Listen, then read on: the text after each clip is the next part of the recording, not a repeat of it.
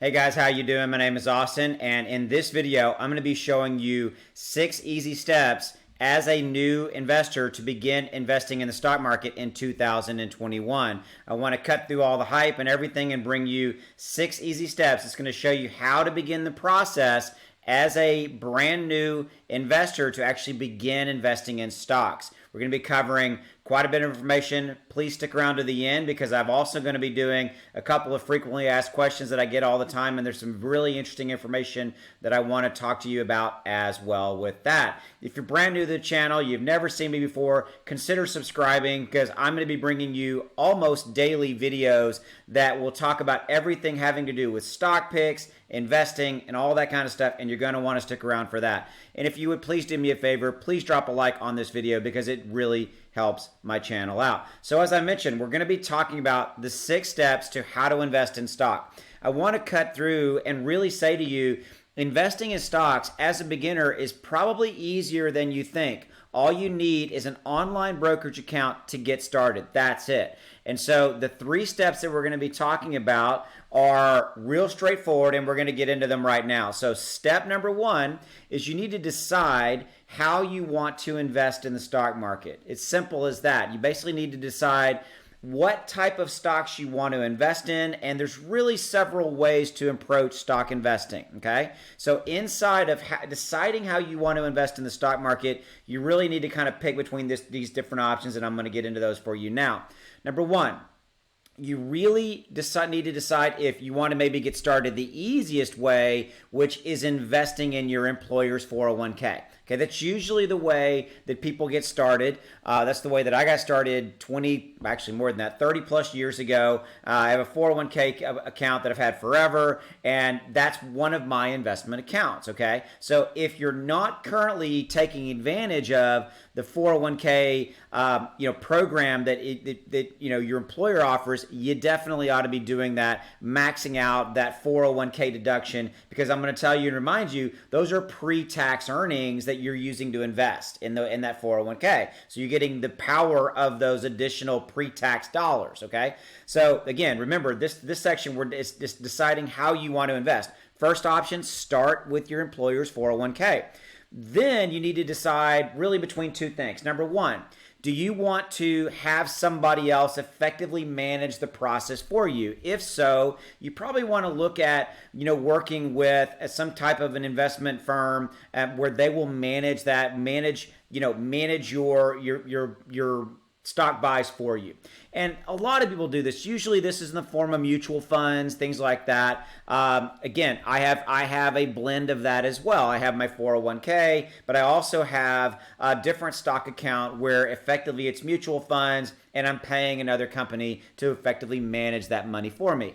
Now the company I work with, they manage it on a performance basis, right? So, the better that I do, the more fees they take, but again, it's capped and things like that. Okay, so that's a good way to potentially get started if you personally don't want to manage your own stock. What do you buy? When do you sell? Things like that, okay? So that's your second thing to ask yourself. Hey, do I really want to be involved in the management process or not? If not, okay, then get a firm who will effectively manage your funds for you, and most likely you're going to be in mutual funds. Now, you can obviously, have that firm buy and sell individual stocks for you as well, things like that. Which leads me to the third option of deciding how you want to invest in the stock market, and that's where you basically choose your own stocks, right? So usually this is where you have I think of these almost as an individual or a different brokerage account. Remember, I've got my 401k. I've got another account that's managed by, a mutual fund company, and then I have a third account, which is where I buy and sell individual stocks. I like to do that. I like to buy and sell individual stocks. Okay, so if you are so you kind of have to decide where you fit on the spectrum of how deciding you want to invest in the stock market between these 3 different scenarios, okay? So that's step number 1, deciding kind of who you are and how you want to invest. 401ks, have a company manage your money for you, or even choosing your own stocks in your own account, okay? You could be one or the other or all 3, kind of like me, I'm all 3, okay? So that's step number 1. Step number 2 then is obviously choosing an investing account, okay?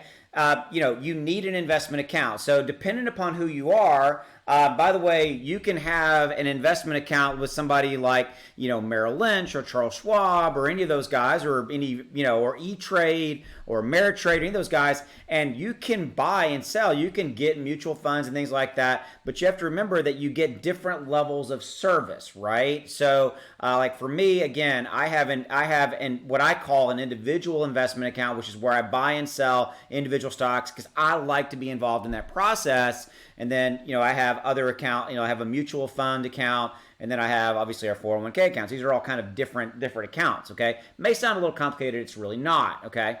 So you need to really kind of choose an investment account that's right for you. So you kind of need to step back and go, hey, am I going to want to maybe, again, go back to what type of investor are you? Are you going to want somebody to invest, to manage it for you? If you want somebody to manage it for you, then go check out full management services companies. But also remember, hey, if you want to kind of get started, maybe with smaller amounts of money, probably the way to go would be, again, do your 401k through your company, right? And then get yourself an individual investing account, like an Ameritrade account, a Webull, a Robinhood, any kind of like that. And then you can start investing in individual stocks yourself. Because that's step number 2 in the 6-step process is, number 1, decide what kind of investor you're going to be. Number 2, choose an investing account. Okay. And then number 3, you basically need to learn the difference between investing in stocks and funds. Okay. Now, real simply, there's really 2 sides of this, right? There's individual stocks where you go buy shares of Tesla or Apple or Amazon, right? Okay. Then those are individual stocks, right? Then you can look at the other side of the coin, which is where you can invest in stock mutual funds. Stock mutual funds are effectively just a fund that's made up of a bunch of different types of stocks, okay? And I personally recommend a blend of both of them, depending upon, kind of your risk level, because there are so many different types of mutual funds. I personally really like mutual funds that follow the S&P 500.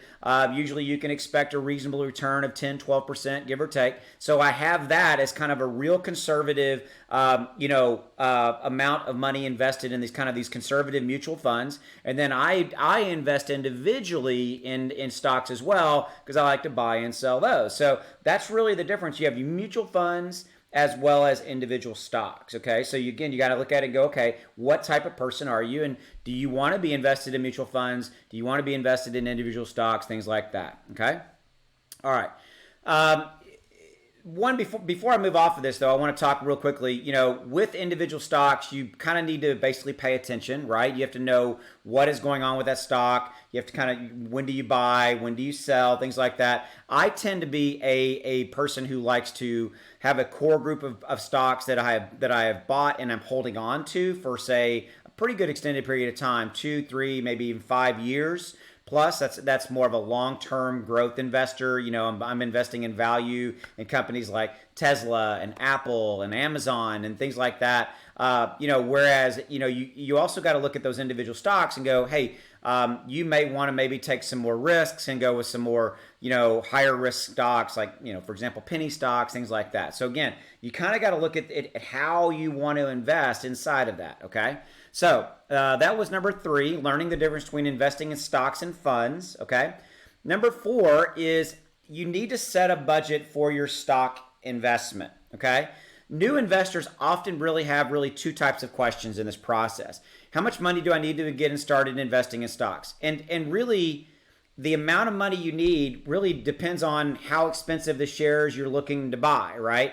Share prices can range from a few dollars to thousands of dollars for individual stocks, okay? So if you want mutual funds and have a small budget, an ETF fund, an exchange traded fund may be your best bet, okay? So you might want to look at ETF funds, things like that, because if you have a small budget and you want to get started, maybe those mutual funds and specifically looking at ETF funds may be your best bet. Mutual funds often have a minimum of $1,000 or more to get into that mutual fund. ETFs trade like a stock, which means you can purchase them for a share price in some cases less than $100. Okay, so that might be a way you could get started in stock investing and investing in ETF, exchange traded funds, and not started investing in individual direct stocks, right? Because there are stocks you may want to go out and buy, like Tesla right now is almost $700 a share, right? I mean, as of the recording of this video, it's probably going to go up. But that's just to buy one share. So you could look at different ETFs and get into those for $100. Okay. The other scenario, we're still in number 4 here, right? Where we're talking about setting a budget for your stock investment is how much money should I invest in stocks? Okay. And guys, I have a lot of real strong opinions about this.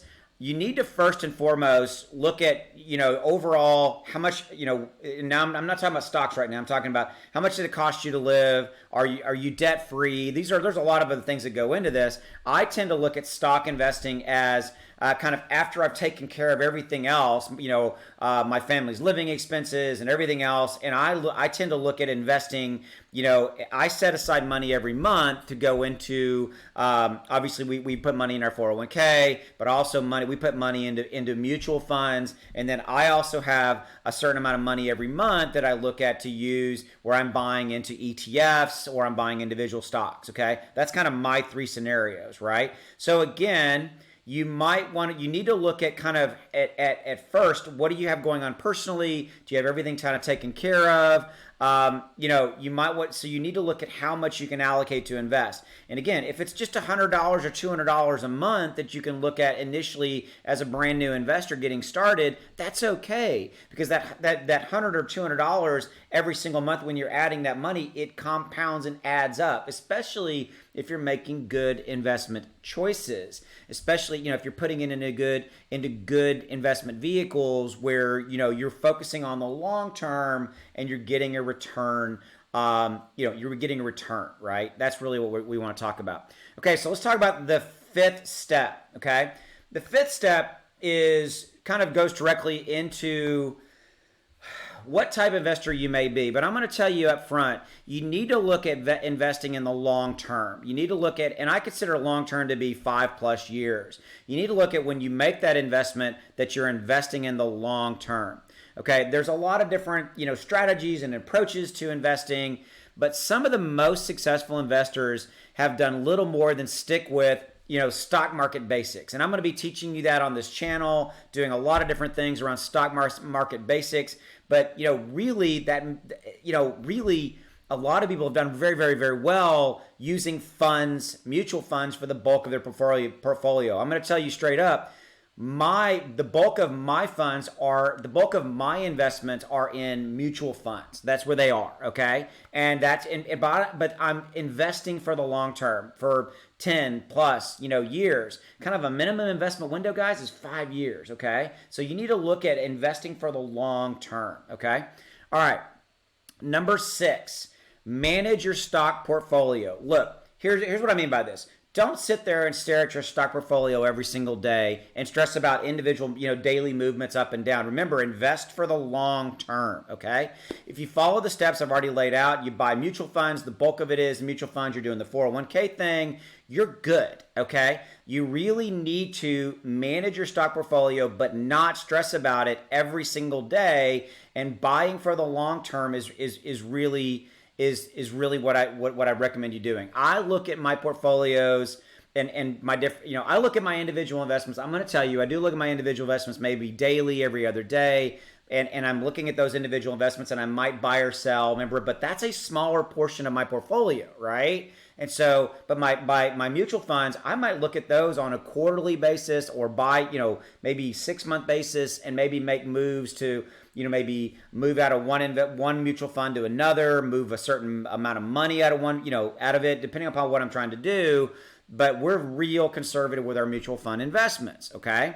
So that was the 6, manage your stock portfolio. That's the 6 steps as a brand new stock market investor for 2021. Hopefully you got some value out of that. Now, before I let you go, I do get these questions. Okay, so I want to real quickly throw these at you. Stock investing FAQs. Okay, investing for beginners. Ultimately, I think that investing for beginners, it depends on how much money you guys have, but look at it maybe investing in ETF funds, because you can get into those relatively low, with maybe $100. Mutual funds usually going to have you a minimum of $1,000 to get in. Okay, but individual investing advice for investing for beginners is start small, and then but also look at long term, okay? And look at trying to get, number one, start in the 401k. Number two, look at maybe ETFs, mutual funds, depending upon how much you want to invest there. And then thirdly, if you want to buy and sell individual stocks, do that and find, but look at good value stocks and don't have a lot of risk in your portfolio. Don't go all in on penny stocks as an example, okay? Manage the risk around your portfolio and have a good mix of good, safe investments, and then maybe have a few where you're like, hey, I want to maybe try that little stock over there, and maybe a couple $100 into that kind of thing, okay? Can you invest if you don't have much money? We talked about this. These are FAQs, right? Yes, you absolutely can. You can start in ETFs. You can, get started maybe in small individual stocks. If you have $1,000, you can start in a mutual fund. Yes, you can absolutely get started if you don't have a lot of money. Are stocks, this is another good frequently asked questions. Are stocks a good investment for beginners? Yes, as long as if you're going to invest in individual stocks, look at investing for the long term, 5+ years, okay? They are good investments for beginners, and I can't really stress that enough, okay? But really, this is another question I get all the time. Austin, what are the best stock market investments? The best stock market investments are, number one, often low-cost mutual funds, if you can get into them for less than $1,000 or $1,000, depending upon your level. But number two, ETFs are probably either your first or second, right there with mutual funds. They're right there, almost the same. ETF, exchange traded funds, are really probably one of the best stock market investments you can get. By purchasing these instead of individual stocks, you can buy a big chunk of the stock market in one transaction, because remember, ETFs are basically a fund made up of different stocks, right? And so you can get started in that pretty straightforward, okay? They usually track to a benchmark. For example, the S&P 500. That's why I love ETFs as well. I'm a big fan of the S&P 500. In fact, I base a lot of my stock investings around ETF funds and mutual funds that track to the S&P 500. Okay, and that's usually a good conservative way to look. Okay, let's see. I'm going to make sure. I think that's what I want to cover now, guys. There's some other questions that I might have covered, but I think I'm getting a little bit long in this video. So really, I hope that you've enjoyed this video. If you haven't already done so, please consider subscribing, hit that bell notification. Please drop a like on this video. Also, I'm going to remind you and tell you that I've got other videos here on my channel. So check out the description below where I talk about other things having to do with stock market investing, how to do more with your money, and all that kind of stuff. Hopefully you've enjoyed this video, and I will see you in the next video. Take care. See ya.